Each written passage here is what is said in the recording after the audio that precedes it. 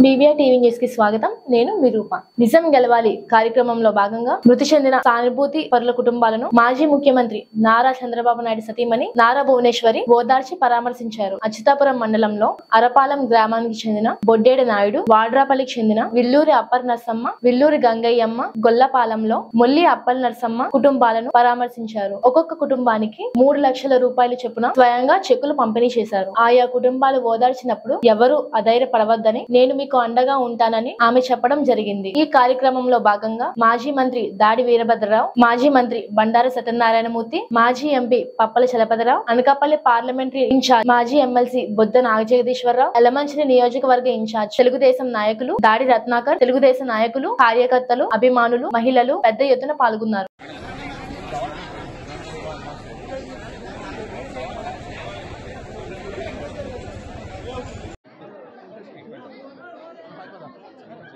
Da,